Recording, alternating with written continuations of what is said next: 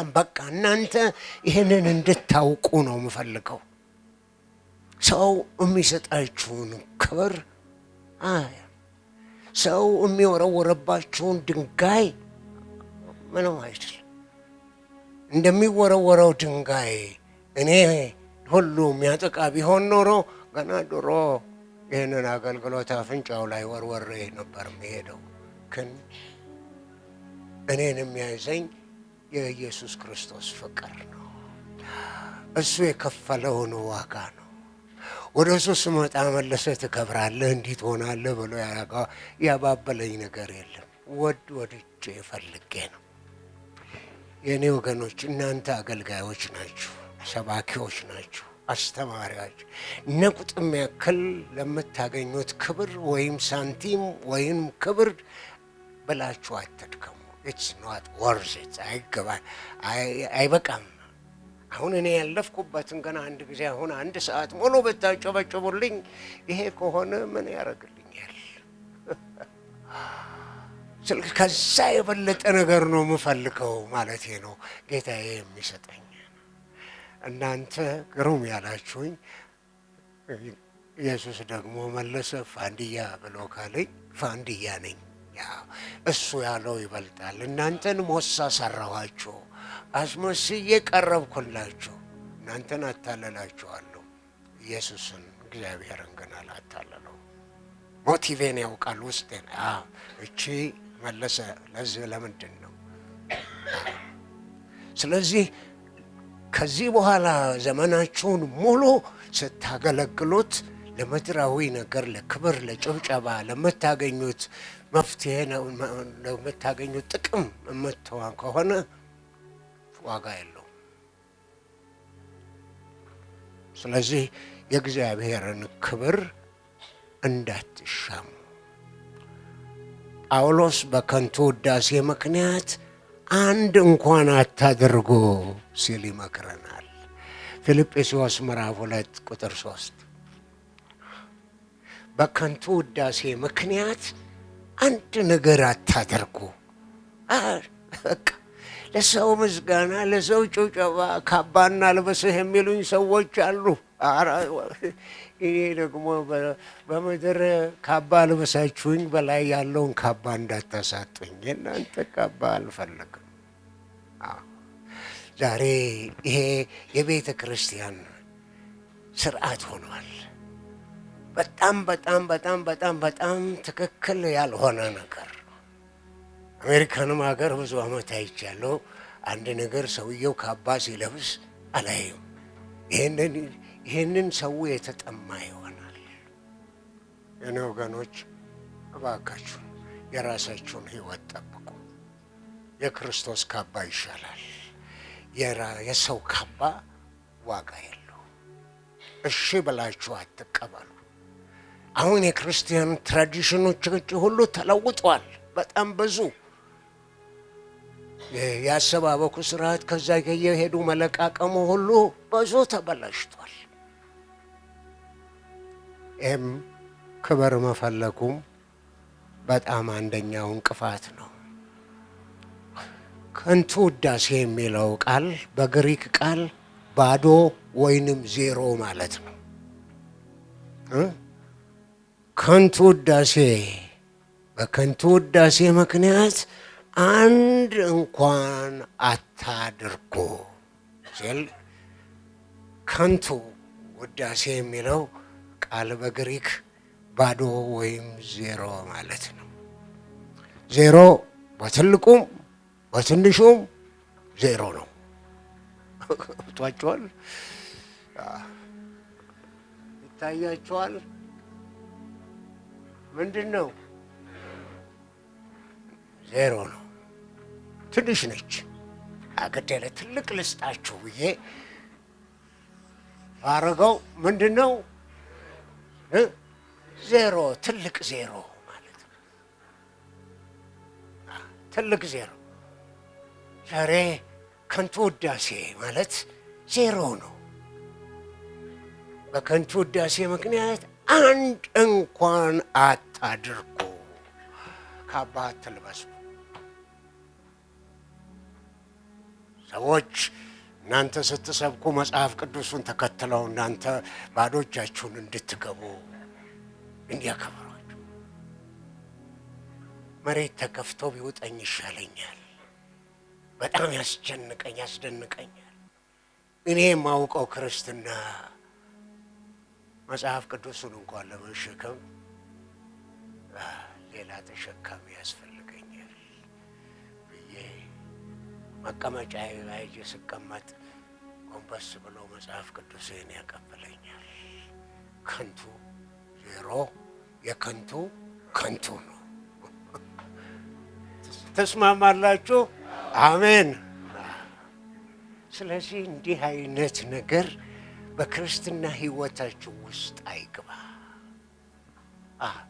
ኢየሱስ ክርስቶስ ሞዴላችን ነው። እንዴት አይነቱ አምላክ የሆነው ሰው ሲሆን ትልቅ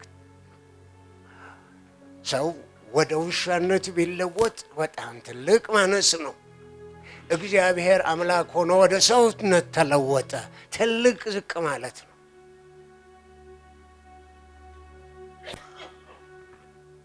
በከንቱ ውዳሴ ምክንያት አንድ እንኳ አታደርጉ።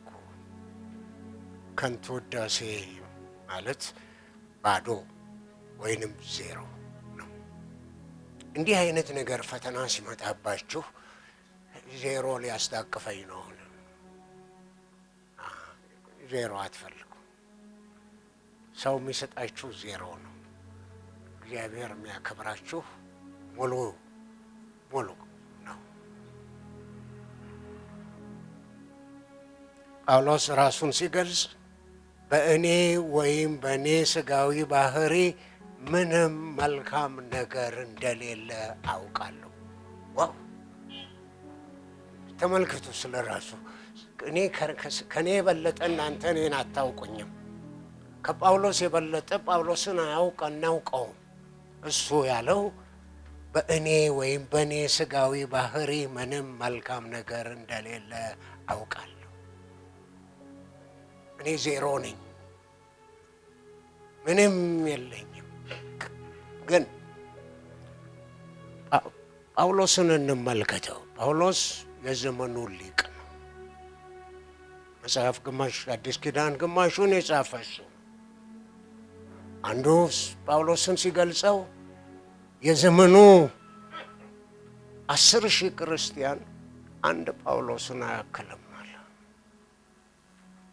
አንድ ጳውሎስ ኢኳልቱ 10,000 የዘመኑ ክርስቲያን። ያን ያህል ትልቅ ነው። ዜሮ ነኛል፣ መልካም ነገር የለኝ። እንዲህ አይነት ከልባችን የሆነ ራስን ዝቅ ማድረግ የእግዚአብሔርን ልብ ያነቃንቃል። ሰው ይርሳችሁ፣ እግዚአብሔር ግን አይረሳችሁ ምንጊዜም። ማንም ሰው ሳያውቅ እዚህ ጎሽጎሻ ውስጥ ሆናችሁ ተደብቃችሁ የምትሰሩት ነገር ኢየሱስ አንስቶ ያከብራችኋል። ማንም እግዚአብሔር ያነሳውን ሰው ወደ ታች ሊያደርገው አይችልም። ሰው ዛሬ ያመስግኗችሁ አድንቋችሁ ነገ ደግሞ ይዘረጥጣችኋል። ስለዚህ ተለዋዋጭ ለሆነ ነገር እኔና እናንተን እንዲስበን አያስፈልግም። እናመሰግናለን፣ ግን ደግሞ በልክ አድርገው ብለን መግፋት መቻል አለብን። የክርስትና ሕይወት ይሄ ነው። የአገልጋይ ሕይወት ይሄ ነው። ትህትና ያለው ነው። ራስን ዝቅ ማድረግ ማለት ነው። መዋረድ ማለት ነው። እግዚአብሔር ይርዳን ወገኖች። ይህን ዘመናችንን የሚለውጥ ይሄ ትልቅ ሕዝብ ነው። ትንሽ ቁጥር አይደለም፣ ብዙ ነው። እናንተ ብርሃን ሆኑ። በቤተ ክርስቲያናችሁ ብርሃን ሆኑ። አካባቢያችሁ ብርሃን ሆኑ። የክርስቶስን ክብር ሳትሻሙ ዝቅ ብላችሁ የወረደ ነገር ስታረጉ ሌሎች ይሁ እሱን አክብሩት እንጂ እናንተ አትክበሩ። እናንተ ተዋረዱ፣ እሱ ከፍ ይበል። ለምን ከፍ ያደርጋችኋል? የእግዚአብሔር ቃል ይሄንን ነው የሚናገረው። ዜሮ ትንሽም ዜሮ ዜሮ ነው፣ ትልቅም ዜሮ ዜሮ ነው። ስለዚህ ይህንን በጥንቃቄ ያስቡበት። ኢየሱስ ሰው በራሱ ምንም ኃይል እንደሌለው ሲገልጽ ያለ እኔ ምንም ማድረግ አትችሉም። ዮሐንስ ወንጌል ምዕራፍ 15 ቁጥር 5 ያለ እኔ ምንም ማድረግ አትችሉም። አፍረድ ያለኝ ሁሉ አሁን ማረጋው ነገር ሁሉ መለስ ወጋው አይደለም ያረጋው፣ ያለሱ ፋንድያ ነኝ። ማን ያለሱ ዋጋ የሌለኝ ነኝ። ኢየሱስ ስላለኝ መልኬን ሁኔታዬን ይለውጠዋል። ኢየሱስ ባይኖረኝ ጠጅ ቤት ነው የምታገኙት ወይም ውስኪ ቤት ነው ፈትም። ኢየሱስ ስላለኝ ነው። ምንድነው አንተ ሰው የሁሉ ጊዜ ማትለወጠው? ይሄ ኢየሱስ የማይለወጠው በእኔ ህይወት ውስጥ አለ ነው። እዘልቀዋለሁ ወይ እስከ መጨረሻ? ይሄንን እንደያዝከው ዘራፍ ብዬ አይደለም የምኖረው፣ በመንቀጥቀጥ ጌታው ያስችለኝ መጨረሻዋ ድረስ። አንድ ትልቅ መጽሐፍ ጽፌያለሁ። ሩጫዬን በመልካም ጨርስ ሲሆን ነው። የኔና የናንተ ምኞትና ፍላጎት ጥማት ይህን የጀመርነውን መልካም ነገር በጥሩ እንጨርሳለን ወይ? ስለዚህ እንዲህ አይነት ለመሆን የማንንም ሰው ጭብጨባ አንፈልግም፣ ማንንም ሰው ሞገሳ አንፈልግም። ሰዎች ፍቅራቸውን ይገልጻሉ። እግዚአብሔር ይመስገን፣ ታንኪዩ፣ አመሰግናለሁ። ግን እዚህ ላይ እንዳይወጣ እንጠንቀቅ።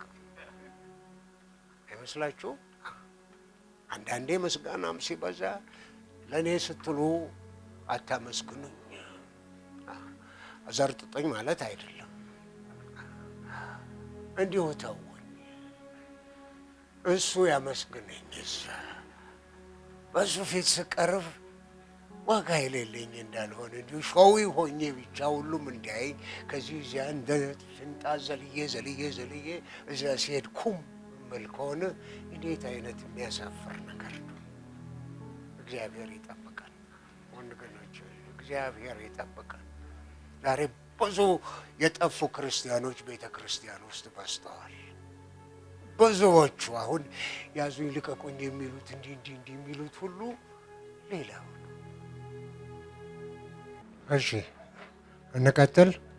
እስካሁን ድረስ እግዚአብሔር በዚህም በዚያም ተናግሮናል። ባህሪያችንን ህይወታችንን ይቀርጸዋል ብዬ አምናለሁ። በጣም ትሁት ክርስቲያኖች እንድንሆን፣ የእግዚአብሔርን ክብር እንዳንሻማ፣ እንወደዋለን የምንለውን አምላክ እንዳናስቀይም፣ በዚህ አይነት በጣም ህይወታችን ቆንጆ ክርስቶስን የሚያሳይ እንዲሆን ይሄ ነው ድካማችን፣ ፍላጎታችን ያ ነው። ድርጅት አይደለም። ግን የምንችለውን ያህል ጥቂቶችንም ሰዎች ከለወጥን እናንተ ሌላውን ትለውጣላችሁ የሚል እምነት አለኝ። የተቀሩትን ትንሾቹንም ማዳን ከቻልን ማለት ነው። ስለዚህ ይሄ መጀመሪያው ክፍላችን እግዚአብሔር ክብሩን ማንም እንዲጋራበት አይፈልግም ብለናል ደግመን ደጋግመን። ጆሴፍ ስቶል የሚባለው ምሁር ቅድም እኔ የገለጽኩትን እንዲህ ሲል፣ ምንም ያህል ትልቅ አድርገን ብንጽፈው ዜሮ ዜሮ ነው። ይህንን እንዳት እኔና እናንተ በእግዚአብሔር ዓይን ስንታይ ትልቅ ነን፣ ግን ዜሮዎች ነን። ምንም ከራሳችን የሆነ ምንም ነገር የለንም። የምናደንቀው ሰው እኔ ግሩም ነኝ ብሎ ካለ ያ ሰው ስቷል። ከእግዚአብሔር የተቀበልነው ነው። እሱ ነው እኛን የሚነካን፣ እሱን ነው የምናሳየው። ይሄ ከጎደለን ግን ክርስትናችን ሰንካላ ይሆናል፣ የተሟላ አይሆንም። እሱን ካላከበርን ራሳችንን ማክበሪያ ደግሞ እግዚአብሔርን ያስቀይመዋል። ስለ ራሳችን ብዙ ስናወራ ዜሮነታችንን ትልቅ አድርገን ማሳየታችን ነው። ይህም ከንቱ ውዳሴ ነው። ዛሬ ከንቱ ውዳሴ የሚወዱ አሉ። በሕይወት ዘመናችን ሰራን የምንላቸው ስራዎቻችን ሁሉ ትርጉም ሊኖረው የሚችለው ክርስቶስን በሕይወታችን ከፍ ከፍ ያደረግነው እንደሆነ ብቻ ነው። ይህ ነው ጳውሎስ እኔ ከክርስቶስ ጋር እንደተሰቀልሁ ያህል ስለመቆጠር ከእንግዲህ ወዲያ ክርስቶስ በእኔ ይኖራል እንጂ እኔ ለራሴ ሕይወት አልኖርም አለ። ድንቅ ነው። እግዚአብሔር እዚህ ደረጃ እንድንደርስ ይርዳን። እኔ ለራሴ ያለ ክርስቶስ ዜሮ ነኝ። ክርስቶስ ሲጨመርበት 10ም ይሁን 20ም 30ም ምንም ይሁን ትልቅ ነው። ያለ ክርስቶስ ግን ትንሽ ዜሮ ትልቅ ዜሮ። ይህን እንዳትረሱት። ከተማራችሁት ነገር ሁሉ ብዙ ነገር ተመራችኋል። ሁሉ ነገር ቢረሳ አንዳንዱ ሰው ሰማይ ሊሰቅላችሁ ሲፈልግ ተው እኔ ትንሽ ዜሮ ነኝ፣ ብዙም አትድገምብኝ እንበለው። እግዚአብሔር ሲያከብረን ደግሞ ማንም ዝቅ ሊያደርገን አይችልም። ይሄ ነገር በሕይወታችን ይጣበቅ። የክርስትና መንገዳችን ይሄ ነው። የእግዚአብሔር ቤት ወደ ትንሿ ቤተ ክርስቲያን ትንሽ ልጅ ሆኜ ጫማ ሳላረግ ባዶ እግሬን ሄጄ ወንጌልን የሰማሁበት ቦታ ሚስዮኖች የሰጡኝ ትህትናን አሳይተውኛል። ያ በሕይወቴ ተጣብቋል። ከዛ ውጪ የሚሆነው ነገር በጣም አያምርም። ስለዚህ ከመጀመሪያውም ጀምሮ ምፈራው ይሄንን ነው። የምችለውን ያህል ተናግሬያለሁ፣ ሰብኬያለሁ፣ ግን አልለወጥኳቸውም። ይህንን እኔም አደንቀውን ባህሪ ክርስቲያኖች ሊለብሱት አልቻሉ። ትዕቢተኞች ምንም ሳይኖራቸው ብዙ እንዳላቸው አድርገው ያወራሉ።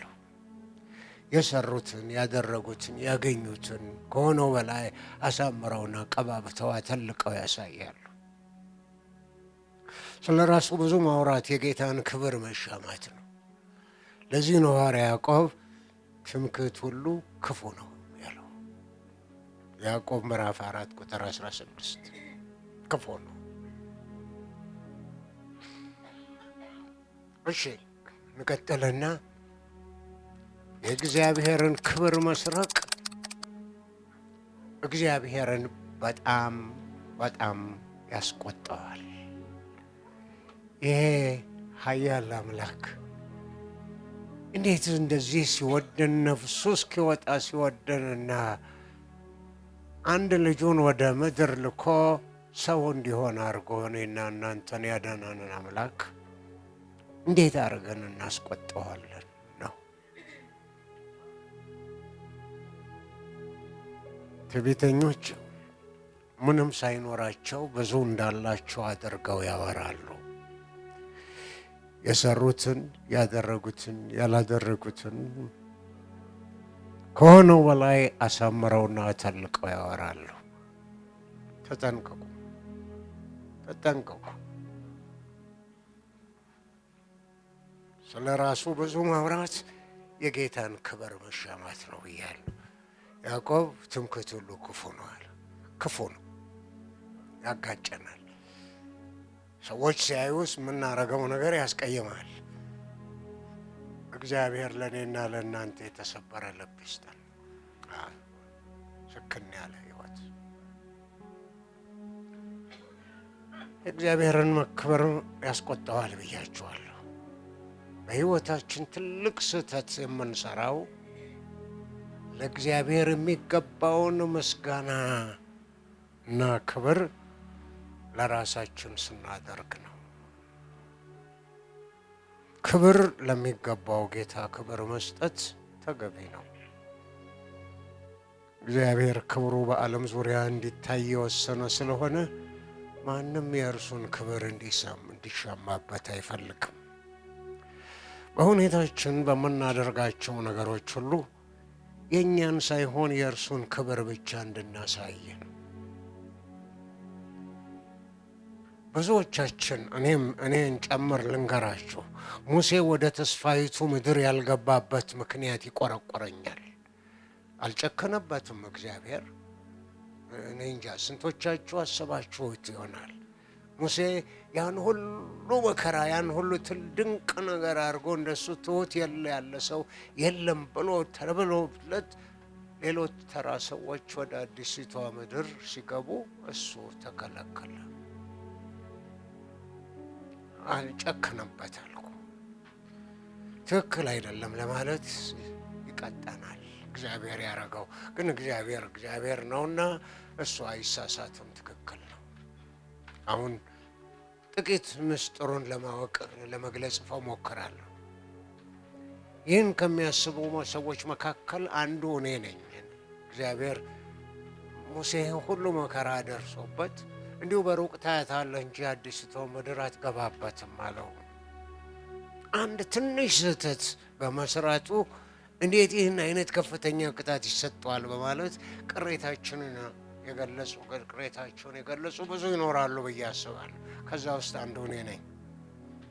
እኔና እናንተ ያላወቅነው ነገር ቢኖር እግዚአብሔርን ያስቆጣው ሙሴ በመናገር ፈንታ አለቱን በመምታቱ አይደለም። ተናገር ነው ያለው አይደል? አለቱን ተናገር፣ ውሃ ይፈልቃል፣ የምትፈልገውን ታገኛለህ። ስለዚህ እግዚአብሔር ያለው ተናገር ነው ያለው። እሱ ግን ምን አረጋ? አነሳና ከንግግር ጋር ውሃ እንድናፈልቅላችሁ ትፈልጋላችሁ እናንተ አመፀኞች፣ ከዚህ ለእናንተ ውሃ እንስጣችሁ እንዴ አለው። ይሄ ነው እንግዲህ ያለው። ከዚህ በኋላ በትሩን አንስቶ አለቱን 2 ጊዜ መታው ይላል ዘኍልቍ ምዕራፍ 20 ቁጥር 10 ላይ።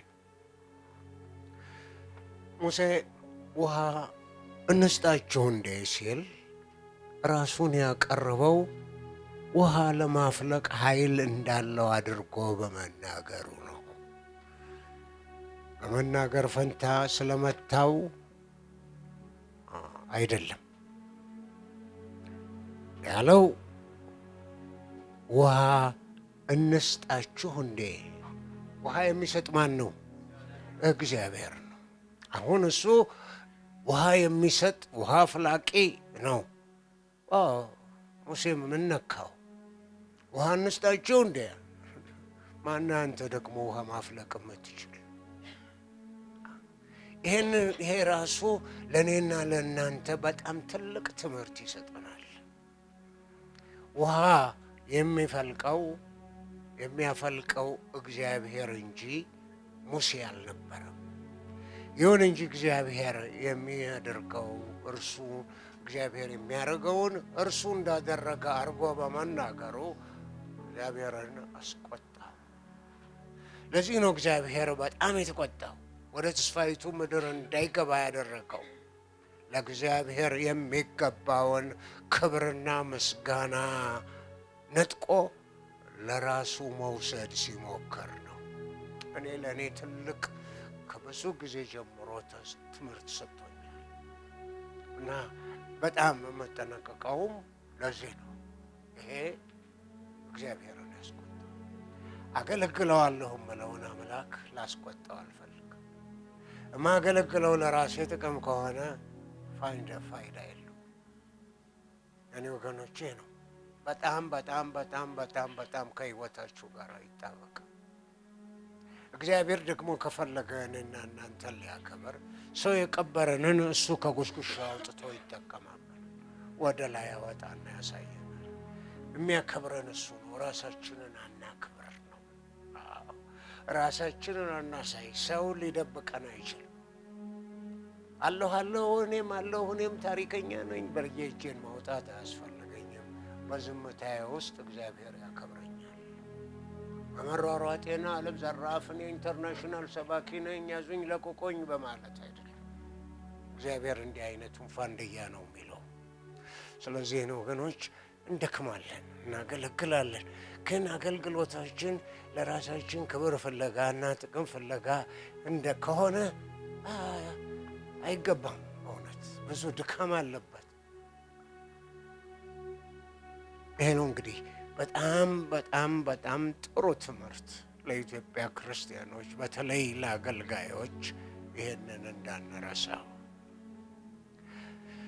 ለዚህ ነው እግዚአብሔር ሙሴን በጣም የተቆጣው። ለእግዚአብሔር የሚገባውን ምስጋና እና ክብር ነጥቀን ለራሳችን መውሰድ ምን ያህል ትልቅ ስህተት እንደሆነና እግዚአብሔርንም እንደሚያስቆጣ ተገንዝበን ይሆን?